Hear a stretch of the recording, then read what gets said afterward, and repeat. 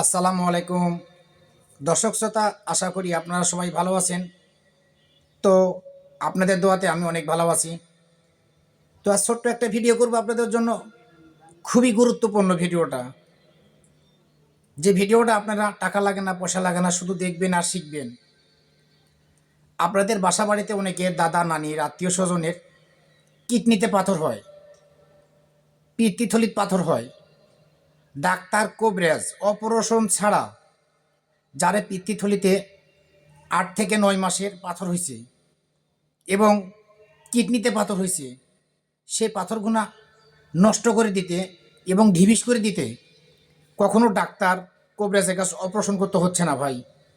আল্লাহ তালা যে গুণে গাছ পৃথিবীতে সৃষ্টি করেছেন, গাছপালা সমস্ত গুণে সত্য, কিন্তু আমরা মানুষ যেটার টাকা খেয়ে চিকিৎসা দিয়ে কাজ হয় না ভাই। তো যাদের কিডনিতে পাথর, পিত্তথলিতে পাথর আছে, আমি একটা গাছ দেখাচ্ছি আপনাদেরকে। এই গাছটা আপনারা নিয়মতন খাবেন, 3 মাস খাবেন ভাই। সকালে 2 পিস, রাত্রে 2 পিস, লবণ দিয়ে সকাল বিকাল 2 বার 2টা করে পাতা খাবেন। গাছটা দেখেন, যেটা অরিজিনাল পাথরকুচির গাছ ভাই।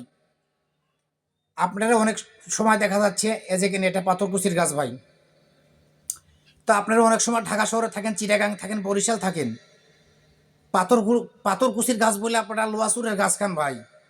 তাহলে কিন্তু ভাই কখনো পাথর কাটবে না। আর এটা আল্লাহ তালা নিজে এই গাছগুলো সৃষ্টি করেছেন পৃথিবীতে। এই গাছগুলো আমাদের তৈরি না, অরিজিনাল পাথরকুচির গাছ।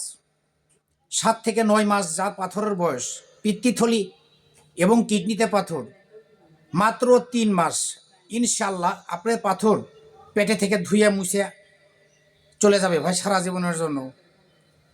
সকালে 2 পিস, রাত্রে 2 পিস খাবেন এবং সকালে খালি পেটে খাবেন।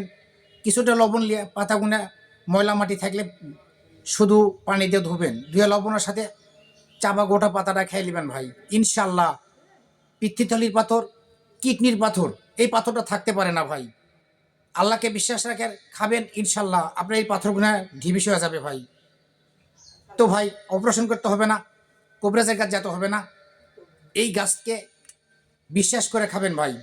ইনশাল্লাহ 100% আপনার পাথর ঢিবিস হয়ে যাবে ভাই। ধন্যবাদ ভাই।